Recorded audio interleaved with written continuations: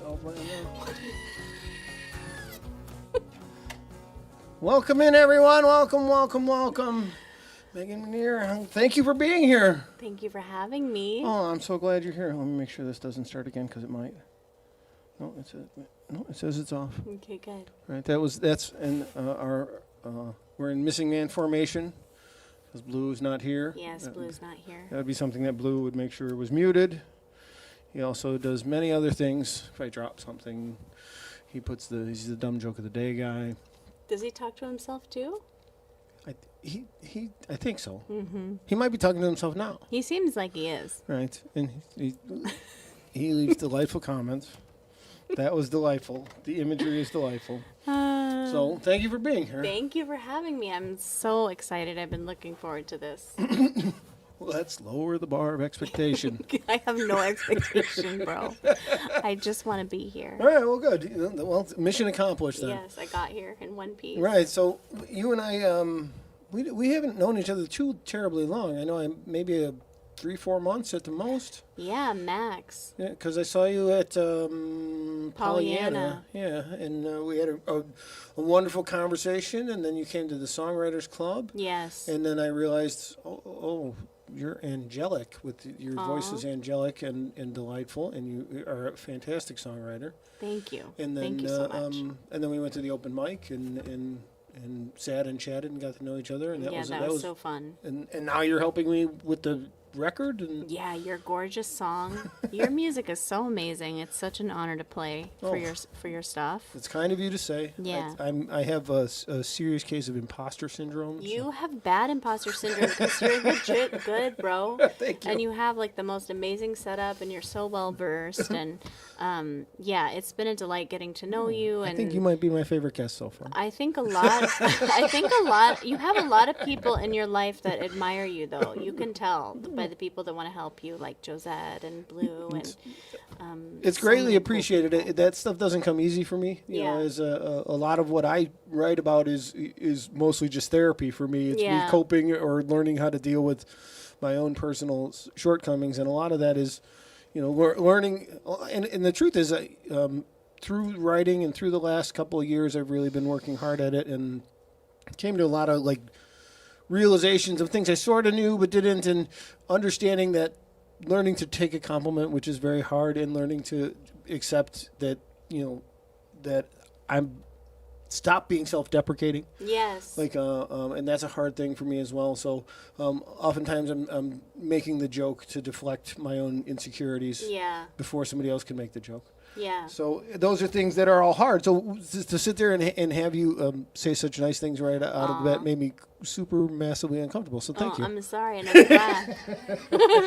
That's no, okay. It's true. Taking compliments is difficult, and it's such a good skill to master, because you'll notice that when you accept a compliment, it makes the other person feel so good. It makes the person that gave you the compliment feel really good. I agree. And these are all things that new techniques isn't the right word. Just behaviors on my just learning to have a more positive outlook on many things, or take something that a previous version of myself would have been seen as a huge negative, and figuring out turning it around and figuring out what is positive, or seeing it as an opportunity to improve, or all those things. And sometimes that can sound, silly or corny or whatever word you want to use, but it really is true. And when you start to operate and readjust how your thinking is in those things, it can really make a difference in your life. And I know it has for me. Yeah, for sure. So I think that when I met you, you seem like a so patient, kind, gentle. I've gotten to know you a little better, so I know some of that is, It's a little bit of a facade. Well, but there's just a lot under there. Well, we're all just human, but I mean, you very much have a very patient and gentle demeanor about yourself.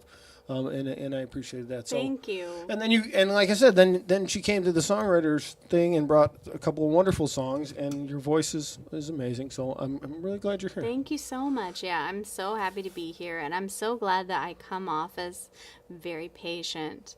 I think I am very patient, but it's definitely parenthood can test yeah, that at all times. Parenthood pushes you into it, and I am a person full of turmoil though. Like I just think that that's probably why I'm a musician, because it has to come out somewhere. Right.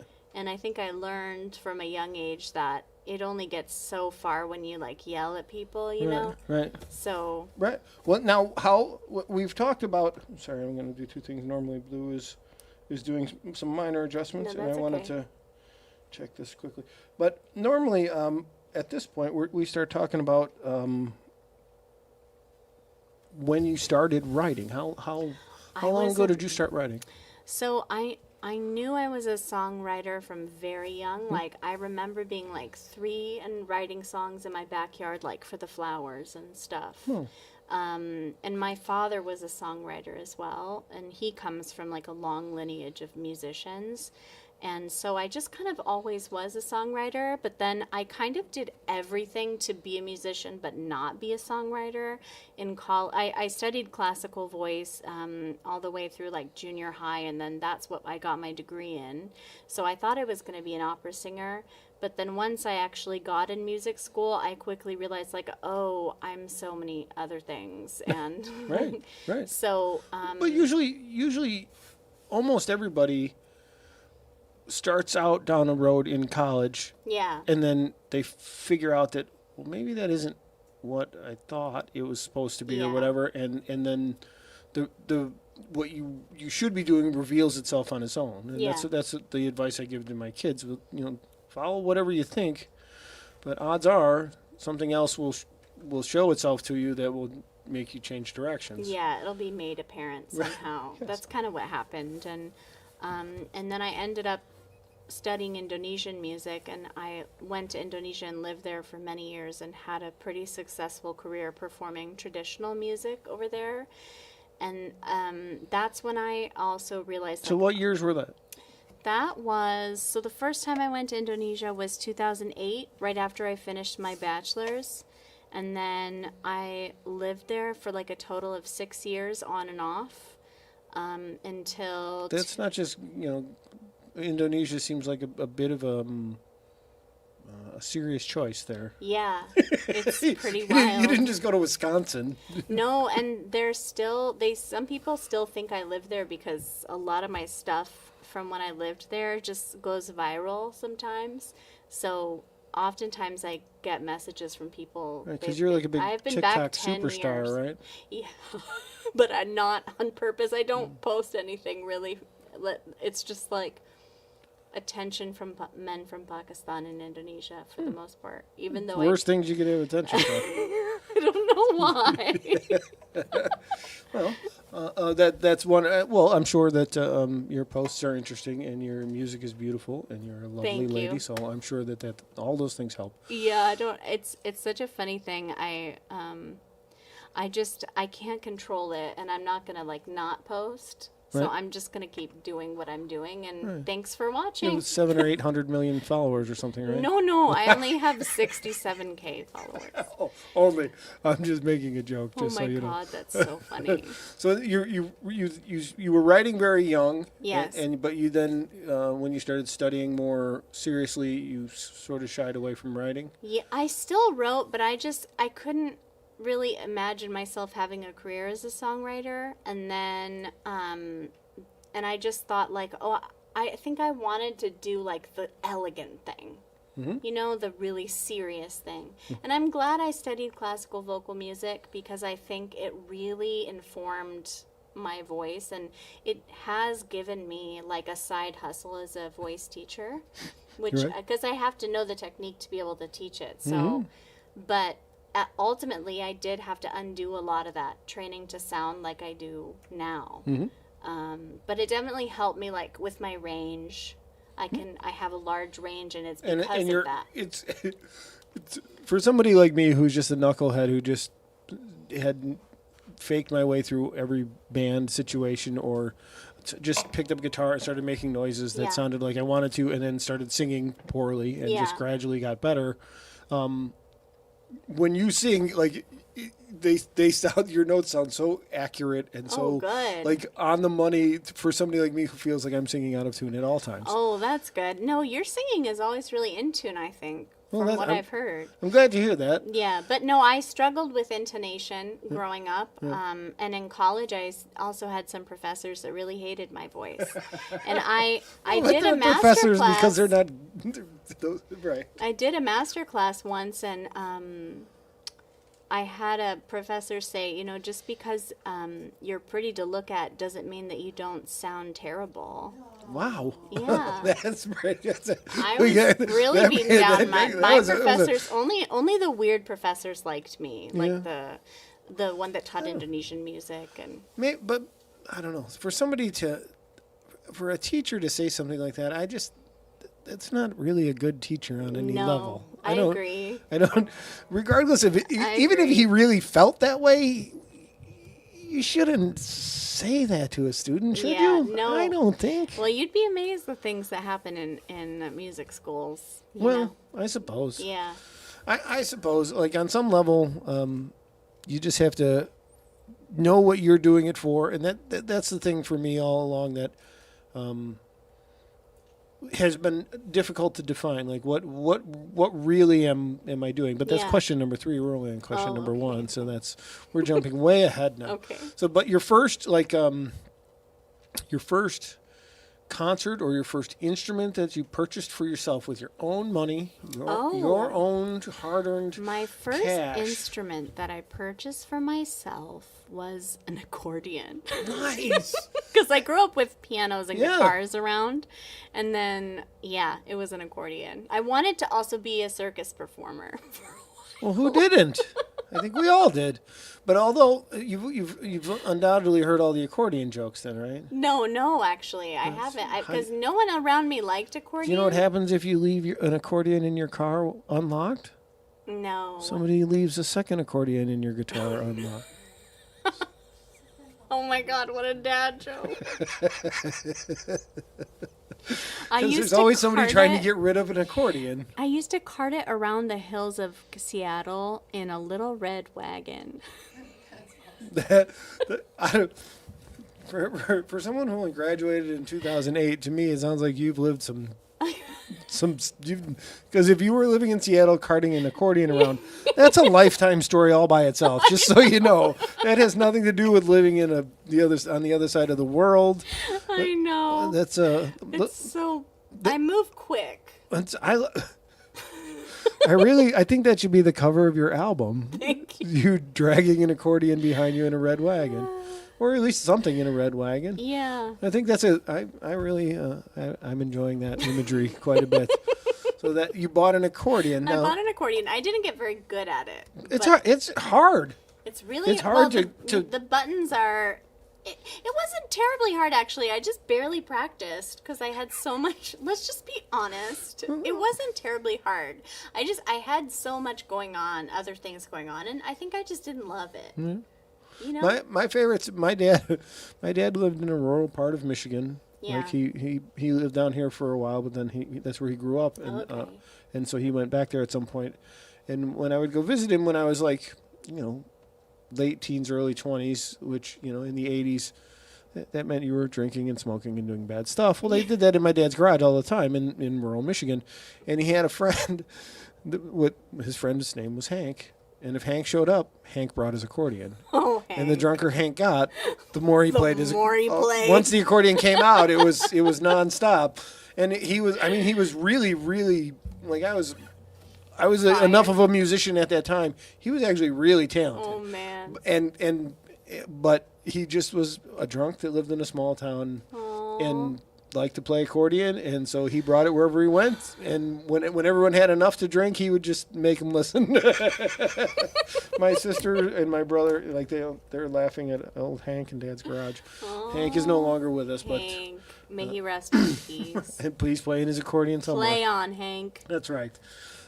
So Do you have a song for the folks? You want to play a song? Yeah. Let me play a song for you. So what is it Should called? I talk about it? And you can set it up any way you like. You can Okay. you can explain it or not at all or whatever, however you want to. So this song is called Your Signs. It's a song that I wrote when I was just, everything around me was kind of breaking down. And it's in Islamic mysticism. There's a lot of emphasis on the signs of the presence of the divine. And so we kind of see everything as a sign of that God is real. But I think also it's something a lot of people can relate to, because oftentimes when we're in difficult situations, we're just desperately looking for a sign of what we should do. So this song is kind of about being like at rock bottom and kind of desperately needing that. And yeah, I'm gonna sing it for you now. Okay.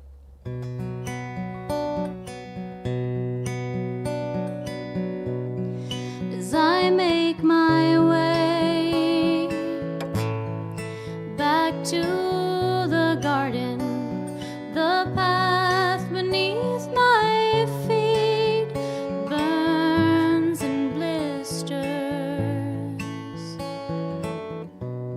My head hangs low and my heart feels the burden.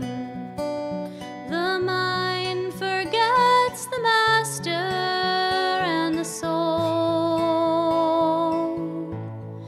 yearns for home. Master of everything, release my pain. Burn the ropes that tie me to my oppressors. Master of everything, open a window. Let all the doors you close remain forgiven. Let me see your signs, see your signs, see your signs in everything. Let me see your signs, see your signs, see your signs. Let me see your signs, see your signs, see your signs in everything. Let me see your signs, see your signs, see your signs. Let me be your sign. Every heart you break is yours to mend. The thread that pulls us back together. The illusion fades and the veil falls. Nothing where he stood but your fate. Master of everything, release my pain. Burn the ropes that tie me to my oppressors. Master of everything,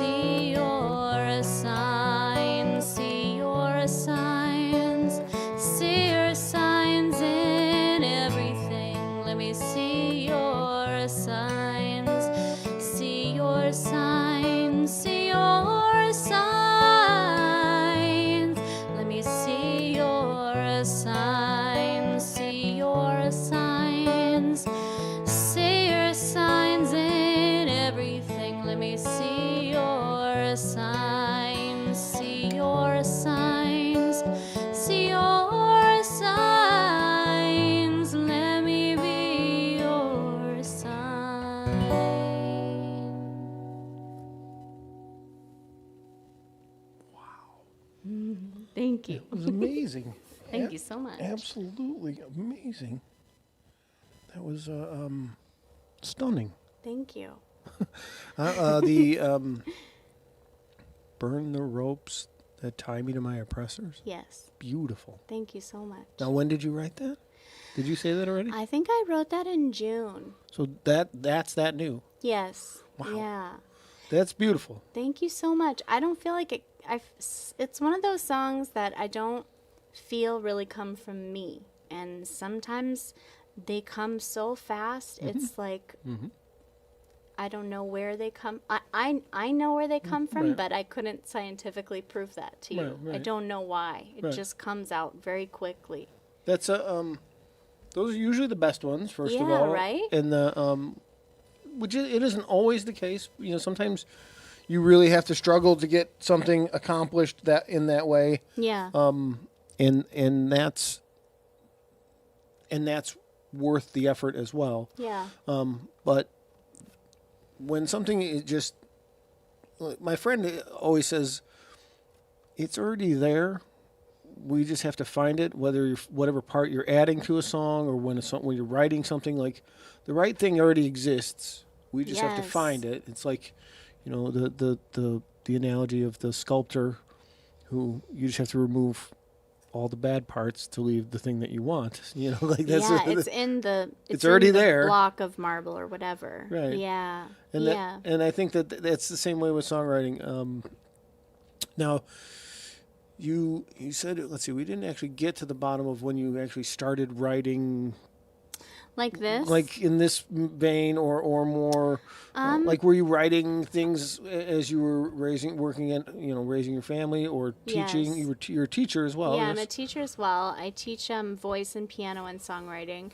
Yeah, I've always been writing songs. When I lived in Indonesia, I released an album that was kind of a fusion album. So they were all original songs, but they were in a mixture of Indonesian, Javanese, and English languages.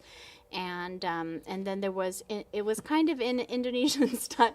Sorry, I know I'm a lot, Mike. No, you're totally not. I'm just like, you are by far the most, like, this is no offense to any of the other guys, by far the most like well-traveled, sophisticated, like, well, I released an album in it was in 3 languages. I mean, we all do that, right? That's like there's 3 languages, not a big deal. I mean, people didn't like it. Did you know that? People were like, this is weird. We don't understand it. And I'm like, okay. That's how people sound in Indonesia. No, that's the white people didn't like it. Sure. Indonesian people thought it was cool. Okay. And I had a really amazing band that they helped me with all the instrumentation. So I've always been writing. And then when I moved back to the U.S., I mostly wrote around piano. And the stuff that's released on Spotify, that's all piano-based. Mm-hmm. But I just started writing around guitar, like, just this summer, actually. But I don't. No, I really, you know how much I struggle with guitar. I've complained about it. But when we were, she's helping with the song I'm going to do today is My Best Day Then, which I've done on the show a few times, but it's coming up to almost done. And you were helping me with some keyboard stuff, and and you were like, "This is easier." And I got to be honest, I sit down and I know it all mathematically lays out. It is not easier for me. You could learn it, Mike. You would learn it in a day. It would be done. I'll come over and I'll teach you in one day. Well, I may be signing up to take some lessons. I think. No, I'll just teach you for free. Well, because you have nothing else to do. You have 1,000 other things happening all at once. That's true. But that was stunningly beautiful. Thank you. And it doesn't sound, I know that you, as artists and musicians and players, we hear all of the missed notes, the things that aren't executed to our desire. Yeah. But it was excellent. I'm so glad. Thank you so much. Yeah, I noticed I didn't make any huge mistakes, and I was like, okay, well, there at least in the world there will be one take where I didn't make a ton of huge mistakes. It sounded beautiful, and the other thing is, on this, we're all friends here. Yes. So there's all kinds of crazy things have happened in the almost 2 years I've been doing this. Yeah. So no worries. Even if you had to start over, we just. We just like it's not like you're not allowed to swear on YouTube, but I try to not to do it. And the other thing is I say to people, if something slips out, just keep going like it didn't happen. Don't draw attention to it. So plenty of people swear. I just try not to. But I'm in real life too. I never swear. Yeah, you never swear. Not at all. Well, I do a lot. I don't even know how to really. It's difficult. I find it difficult to express myself without swearing sometimes. Yeah. Some people say that's a lack of vocabulary. I say that just adds to it. Yeah. So so there. I enlarged the chat and I moved it closer and I still can't read it. So I think it says. It says. Hello. Hello, Angus, and that Jimmy Lanuts guy checked in again. Let's go. And thanks, Angus. Angus. And Open Mic Mood, Daryl is here. Oh, hi, Daryl. Thanks for checking in. So, and in the future, if you're watching this, you can go ahead and send a live chat, but it won't go anywhere. But you could do it anyways because it's fun. Yeah. So. Because it's fun. Because it's fun. Yeah, exactly. So, are you going to play your song? I have a song. Okay. I'm going to play it in a minute. Okay. But I think that why don't we do the album side of the week this week? Well, first of all, I started doing the album side of the week. I don't know. It's probably got to be close to a year now. And the concept is to encourage people to listen to music as it exists from the song right here. This is probably what most people want. Oh, wait, no. Los Lobos, Native Sons. So Los Lobos is one of my favorite. Here, wait. That's better. I'm trying to see if I can do this. There we go. Okay, that's not terrible. All right, so Los Lobos is one of my favorite bands. They have a strong traditional element growing up in Los Angeles, and their earliest records were all traditional Mexican folk songs, and even on their early records that were major label records, they always put traditional music. They were, for those who don't know, the movie La Bamba in the 80s, they were the people who did the music for that, because Richie Valens was also from Los Angeles. But they, I think that's what keeps the tour bus going, and them able to make choices that they made a lot of money doing that. But they've also, they're just some of the most musical people I've ever watched play music, because they're a group of friends that have been friends for over 50 years now. And they still all are in a band. They've been in a band since they were in high school. Wow. And they write music, and it's always creative and interesting, and it has all the elements of their childhood and their parents' music, and then the music they grew up listening to when they were young, and then it evolved, and they combine all these things, and they have great production values. And this record was what ended up getting me back into listening to records again, because this was a retirement gift from one of my very best friends. He and I have liked this band since we were in high school. And he bought me this record. I didn't have a record player, and he gave it to me as a retirement gift.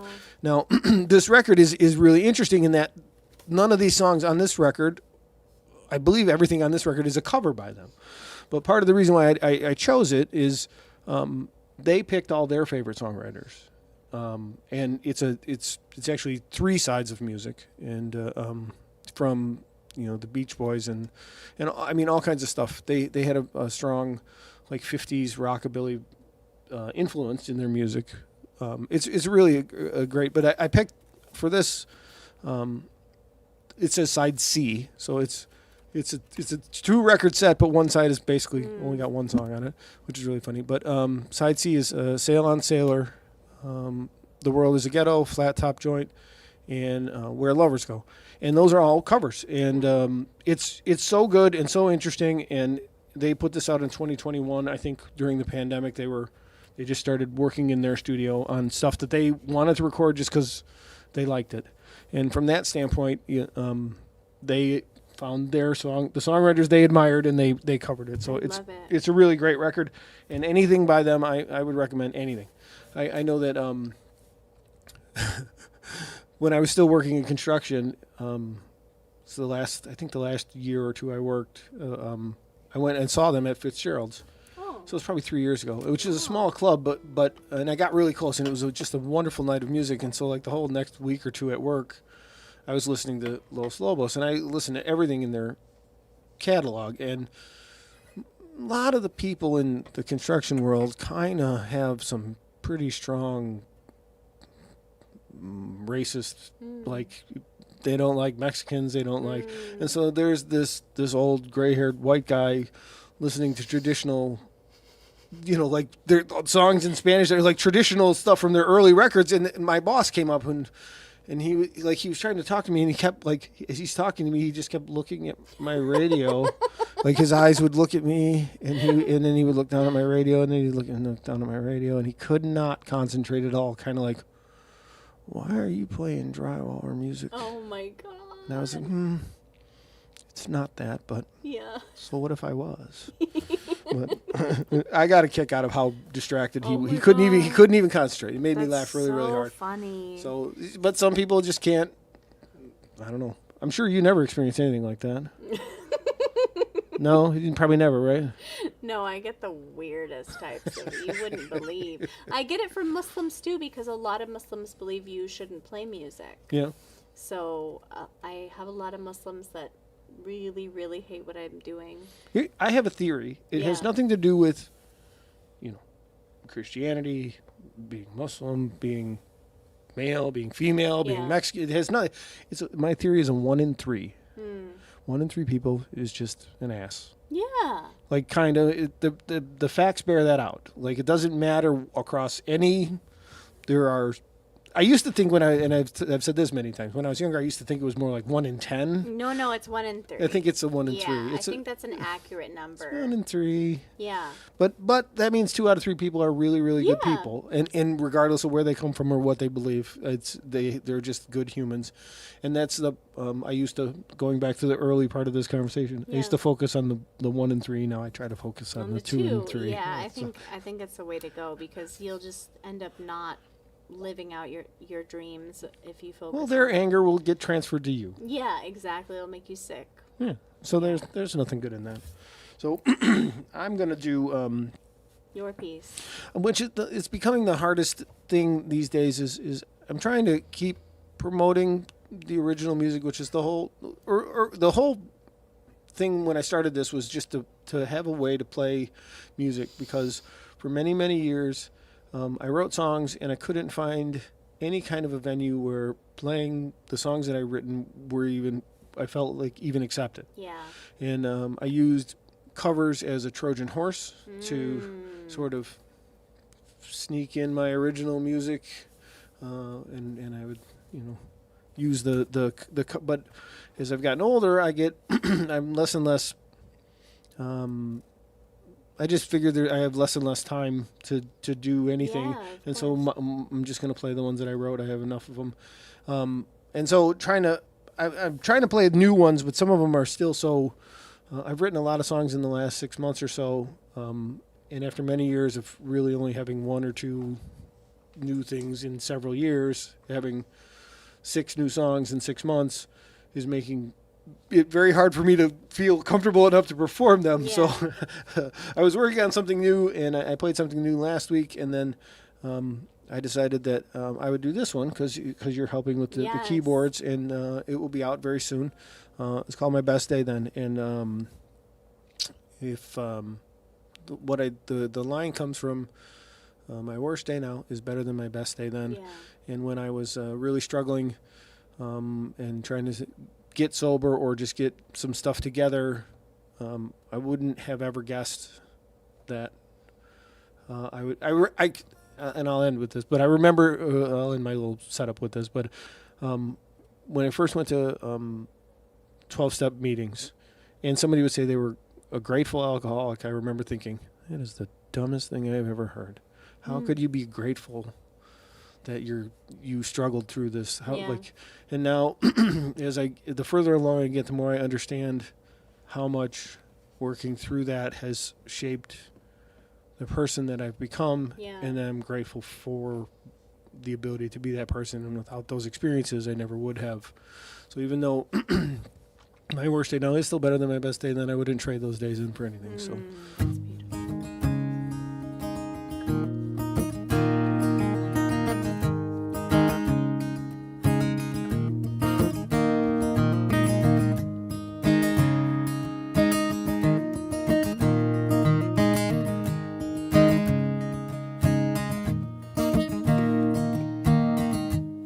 If you'd have told me 5 years ago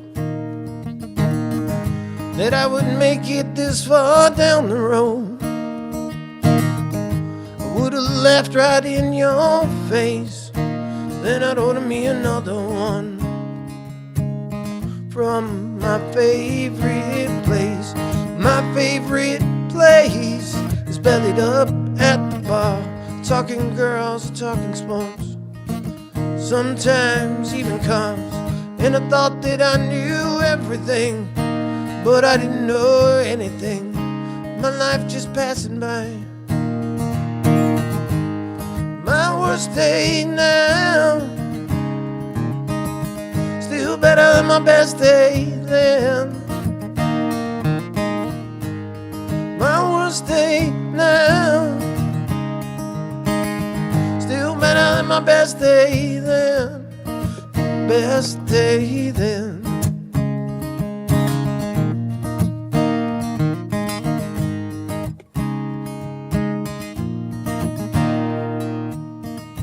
Journey of 1,000 miles, can't begin without a single step. That's the hardest one to take. Take it for Jesus' sake. Take it for Jesus' sake. And he'll walk along with you. All you gotta do is ask him to. When that road gets rough, strength to carry you. You just gotta see it through. My worst day now, still better than my best day then. My worst day now, still better than my best day then. My best day then.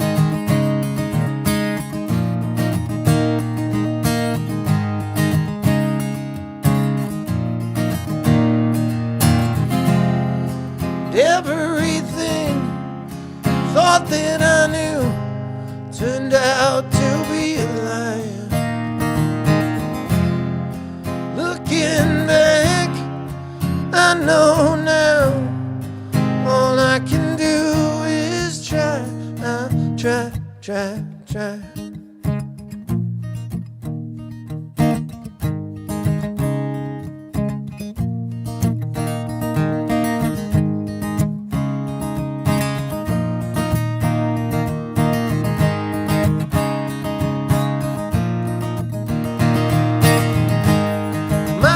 Day now, still better than my best day then. My worst day now, still better than my best day then. My worst day now, my worst day now, worst day now, still better than my best day then. My best day then. Worst day now, still better than my best day then. Worst day now, still better than my best day then. Oh my god, that song is so It's so warm. It's so beautiful. I'm glad you think so. I was very distracted because I could see the meter. I have this meter that I can see the output meter for the whole show, and when I would sing really loud, I could see it going just over. I have it set a little too high right now because I was trying to make sure that they could hear your beautiful voice. It didn't clip though. I don't think at all. It did. It got right to the top a couple of times, but I kept going out of the corner of my eye. I had one eye like kind of. Sorry, I kept getting further and further away, trying to keep it. Your voice is so beautiful. It's kind of Eddie. It's a little bit Eddie Vedder-ish, but it's like it's got its own. There's like a graveliness and a warmth to it, but it's very clear all at the same time. And I don't know. I would be so interested to do more singing with you to figure out how you get that sound. It's abuse. It's so beautiful. And your playing is so warm as well. I love your guitar playing. It's nice of you to say, like, again, there's the self-deprecating thing again. Yeah. But in truth, it's never really learning how to sing. And I was never in, chorus, or I was never in, at a point when I was like in high school somewhere, we decided we were going to be in a band and nobody would sing. So I tried. Yeah. And I never learned, and I would sing too hard or too loud or too, and then, like lose my voice or practice too much before a performance when we were young, and like every wrong thing that you could do, or then by the time we started, my friends went to college and we started playing like college parties, then you scream your head off for 3 hours into a microphone that you can't really hear, and then have to do it tomorrow night too. So that's all bad stuff. Smoking weed, like doing all the worst, like alcohol, like everything that you could possibly do to damage your voice. That's so funny. I've done it. So you did it. And so the fact, I figure I'm just grateful that I can even sing at all at this point. Yeah, no, it's a really beautiful tone. I just love your voice. It really is. It's so weird. No, I mean, don't even sing as well as you. Tell me it's not beautiful. It's so beautiful. It's very unique. I think it's really stunning. Thank you. I will accept that. Yeah. Now, do you have any events coming up or anything that you need to promote or something you want to promote? Oh my gosh. Well, I have a vocal membership. Basically, because one thing I struggle with as a voice teacher is scheduling students that want to take lessons, but it's just so expensive. Mm-hmm. And so basically it's very accessible membership, and twice a week you have an online group class with me. Oh, right on. And it's $22 a month. And you can book through my website at meganmuneer.com. It's like a 3-month subscription, and every month you're billed $22. And my hope is that it will allow more students to be in lessons more, and just something that everyone can afford. Sure. And just kind of hop in and work on their voice. And I think that's great. Yeah, so that's kind of the. And in the believe it or not, I've gotten good enough that's in the comments section. On this link, you can find a link to your website. Oh, wow. That's very fancy. I know. It didn't used to be like that. I don't know how to do that. I didn't used to know how to do that, but recently I figured out, everyone else does that, and I'm like, well, how do you do that? That is very fancy. And I know. It's not really that hard. It's just a knucklehead like me can figure it out. Anybody can figure it out. Okay, well, maybe I'll have to do that the next time I stream. That's such a good idea. But yeah, that's the main thing, and I'm looking for performance opportunities. Mm-hmm. So I'm new to the area, and if anyone out there would like me to perform at their event, I would love to be a part of it. I think that's great. Yeah. Well, how about this? Do you have a favorite kind of ice cream? Pistachio. Pistachio? Yes. Have we gotten pistachio before? Maybe. I don't know. I know that Dawn liked, my wife. Not as confidently as that, though. No, that was right instant. Most people hem and haw. No, it's pistachio. And without hesitation. The Dubai chocolate bar thing, it's kind of... I used to feel so special for having pistachio as my ice cream flavor. I felt like, oh, I'm so edgy. And then someone told me it's a grandma flavor. And I was like, oh, but grandmas are cool, so I'm still edgy. And then the Grandmas Dubai are the chocolate thing, coolest. they're the coolest. But then the Dubai chocolate thing kind of started exploding, so now everyone likes pistachio, and I'm fine. It's okay. I don't need to be special because of that anymore. You're special for many other reasons. Thank you. You're welcome. What's yours?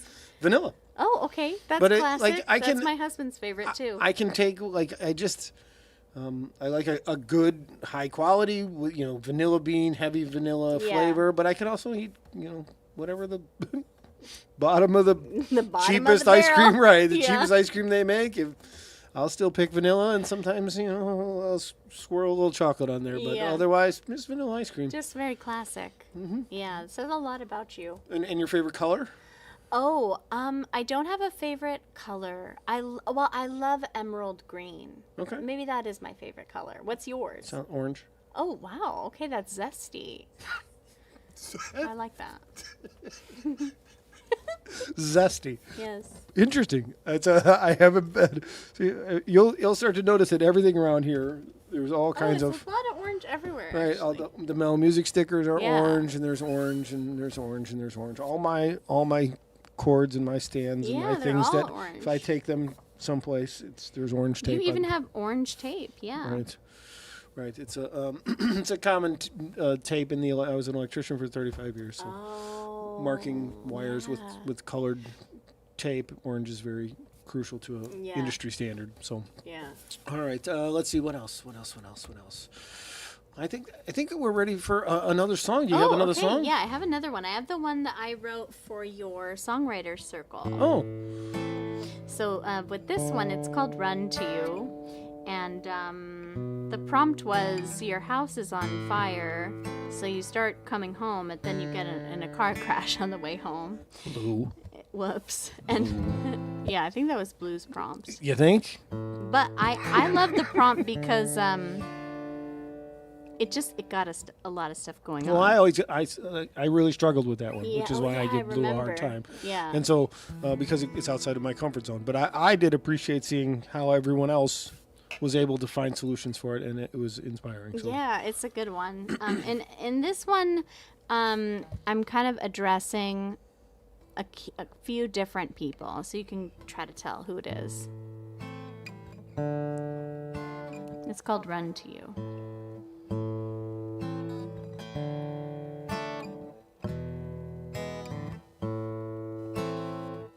Did you hear the sirens telling of the wind's mistake? Blew a candle over, burned down everything I made. Maybe I'm just a woman, worked to the brink of exhaustion. My weary bones were creeping, telling of a longing so deep. I race against the sands of time. If I get it perfect, maybe I can finally feel you. Your fire is hotter than mine. The water slips through my hands. Can I get past the line? Yeah, I'm thinking I can touch you now. Driving while I hunt you down. I'm taking all my sins off, washing head to toe. I'll run to you. I'll never stop staring at the stars, wondering how deep you are. If you crush me in the corner, I'll crumble like a leaf. I'll run to you, I'll run to you. Run to you.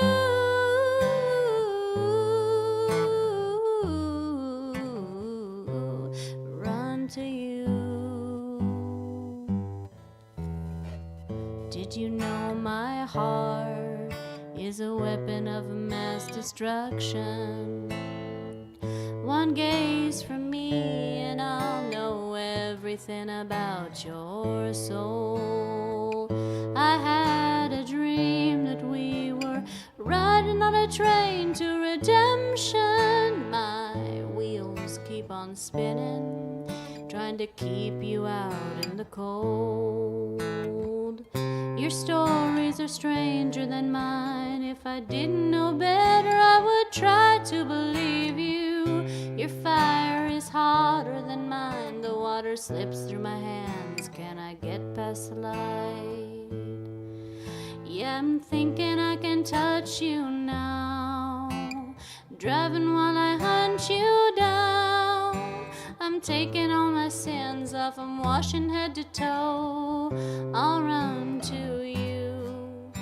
I'll never stop staring at the stars, wondering how deep you are. If you crash me in the corner or crumble like a leaf, I'll run to you, I'll run to you.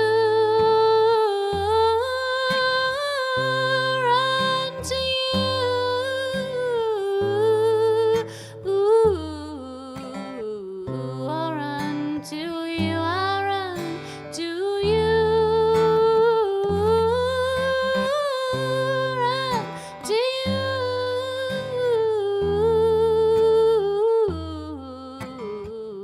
I'll run to you. Hauntingly beautiful. Thank you. Brilliant. Thank you so much. You're welcome. That's a I don't. Your voice is truly stunning. Your ability to do to the way you control your voice Thank you. is admirable. Thank you so much. And with we have the perfect reverb setting for you, which doesn't always happen. Yeah, I really like that. You're gonna just show me what that is, because it sounds good in this. For it happens to be perfect for your voice. And Thank you. Yeah, thank you for setting it up like that. They don't. Well, it was an accident, really. Yeah. I can't. I could take credit, but I would be lying. It was just an accident, but a happy accident nonetheless. Yes. So that was gorgeous, and that was Thank called you. "Run Run to You." to You, Yeah, yes. that was great. So, let's see. The big question that we usually end is, what do you think drives you to write music, or what is your why? Why do you feel like you were drawn to? You said you wrote songs to flowers, or or the equivalent thereof, and I'm always trying to become in union with the divine. And I think that the reason why I'm here is to remind other people to do that too. And I think that the only time I actually feel comfortable in my own skin is when I'm singing. I'm actually a very uncomfortable person. I have a lot of anxiety and a lot of tension that I carry around. And the only way that I feel safe and relaxed and comfortable is when I'm singing.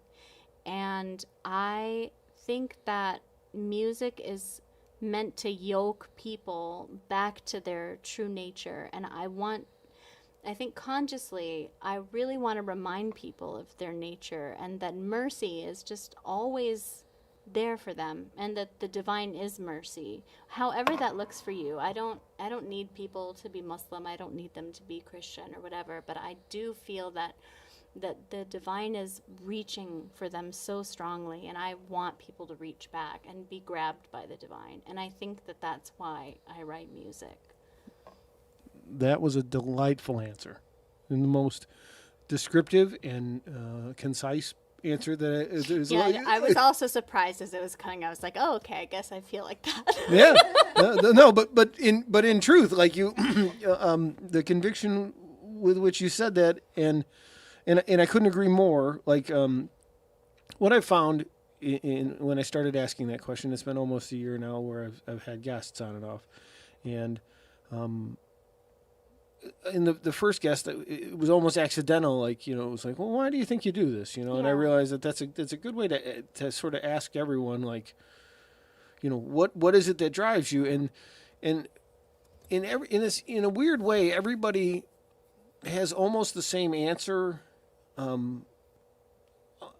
Who writes and is trying to, there's a connection. You're searching for a connection, and whether it's, like your definition was of a much more spiritual nature than some people who are just like, I'm looking to connect with people, but it is the same answer. Yeah, it's the same answer. We're looking for union. Yeah, and to be, none of us want to be alone in this world. Yeah, it's the biggest torture that we could endure.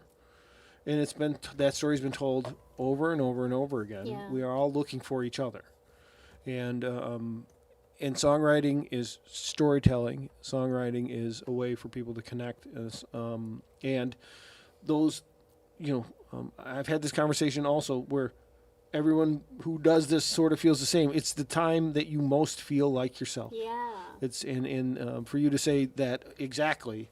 The paraphrasing. The popping my piece there. The paraphrasing of everyone is the same. Yeah. I find it, especially, some people who have come on, they know the questions, and then I have to pick because I have a lot of the same questions. But I find it interesting when I ask people who haven't heard them how many times I get similar answers. Yeah. It's because it's all, we're all kind of searching for the same thing. I think we're all drawn to it for similar reasons, even when we don't know that's what we're drawn to. I agree. Totally agree. So that was a great answer, and you've been a wonderful guest. Thank you so much for having me. I'm so glad. So you can look for all of her social media contacts. Like I said, you have 800 million followers on TikTok. You could be 800 million and one, but you could also propose as well. Yeah, you can propose. Right. Wedding proposal. I'm married, but you can send, marriage proposals, especially if you're from Pakistan. Right, you get a lot of those. You said A lot of those. that's nice. I can see why. Let's see. All like I said in the comment section of the there's all links to anything you need to find out about Megan. Coming up for us, let's see, in a couple weeks. Next week is Thanksgiving, and I'm going to make an attempt to put together at least some level of a video of a compilation of clips of everyone who performed this last year, because there's a couple of holidays coming up. I may just do a short version, say hello, and then introduce the video. But there'll be something on next week on Thanksgiving at 7 p.m. If you're sick of football or haven't fallen asleep from a turkey coma, or do you have turkey on Thanksgiving? Sometimes we do. Sometimes we have chicken. Okay. Yeah. We don't have turkey here in our house What do at you all. have? We have ham. Okay. And Dawn's a vegetarian, so she has nothing, Okay. none of the above. But I don't even like turkey. Yeah, it's so dry. And Even when you brine it, it's like, okay, really? I have to brine this huge animal? Like, I don't want to brine this pound gigantic boulder of flesh. I'd rather not. Thank you. Do you know, like, you try to make it better, but you I was in a band called Boulder of Flesh. Did you know that? Wow. That's so serendipitous. Boulder of Flesh. I was in a band called Chicken Kiev. Do you know that dish, Chicken Kiev? Sure. Yeah. Were you really in a band called Chicken Yeah, I Kiev? really was. I wasn't in a band called Boulder of you Flesh. weren't? No, But- because when somebody turns a phrase that I find funny, I will tell them that I was in the band Oh. named. I have a whole list of them in my phone. I'll show them to you. Most of them. Boulder of Flesh. Boulder of Flesh. If you really take the idea all the way, you figure out what city that band would be from. So Boulder of Flesh would be from, I don't know. Colorado. You say Colorado. I was going to go with something like in the Iron Belt, Oh, that's good like too. something somewhere in Ohio, some Yeah. random weird town in Ohio. Yeah. All right, so in a couple weeks we're going to, I invited Aaron Kelly to come back in December, and Aaron is a good friend, and he is somebody who, he actually started the whole having guests and interview it just was sort of a joke almost. Like I said, would you want to come on the show sometime and play a few songs? Because that's what I'd been doing on my own. And he came, and it just turned into this wonderful conversation, and it sort of organically created this whole thing that's happened over the last year. Cool. And I said, would you want to come back on a second time? And he said, well, second time around the order, like in baseball. And I said, yeah, because there's some folks that were on last year that they should get a second crack, and I think it'll be fun. And there's some other folks coming up, but I'm gonna try to do, like I said, a video of highlights, even if it takes a couple videos, because we have Thanksgiving and then both Christmas and New Year's fall on a Thursday night as well. So I'm probably gonna have some combination of a video or something edited together. Hopefully, if I can get that accomplished. Get better, Blue.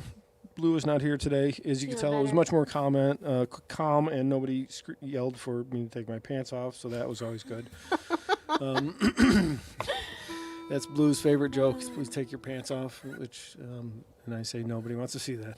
Thank you, Josette. I really appreciate all that you do to help. Thank you. So, thank you, Jean Price, for all that you do behind the scenes.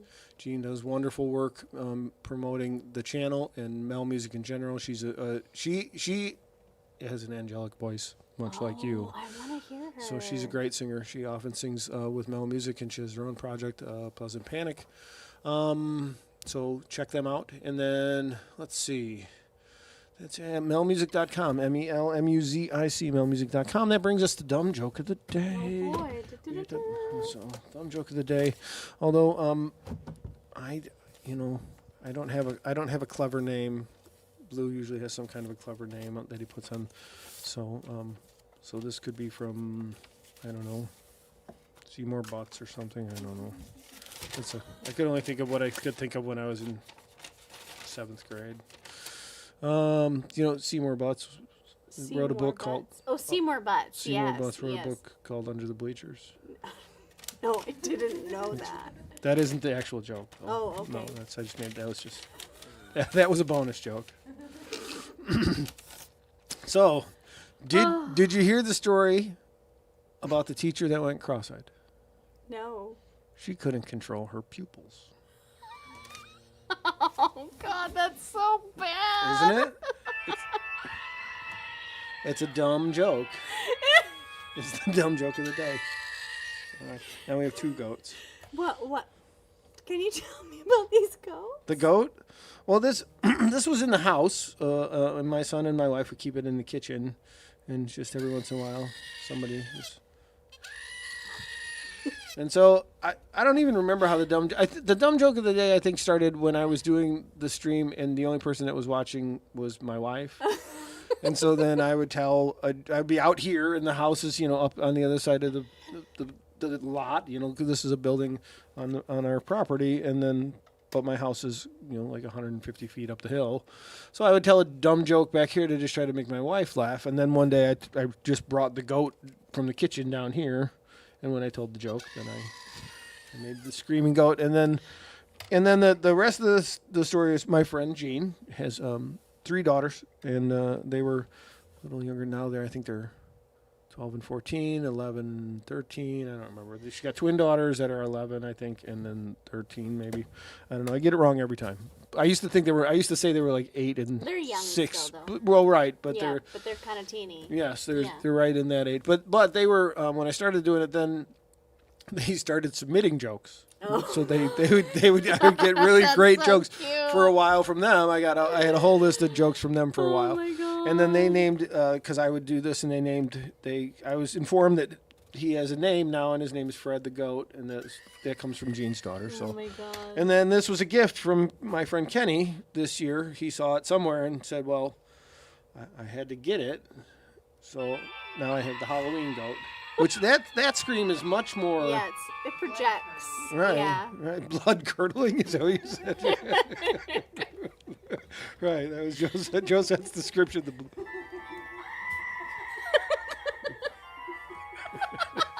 Are you going to keep it year round? Oh, yeah. Well, unless I get a Santa one, there's got to be... There's got to be one of those. I think there's a whole book of them, from what I've been told, and I have a feeling there'll be a big pile of them shortly. So. Oh my God. So no, that was the dumb joke of the day. We did everything. So thank you, Josette. Thank you, everyone. I think that you know what? I'll do this so I can do the theme song. We'll see you next week. See you next time.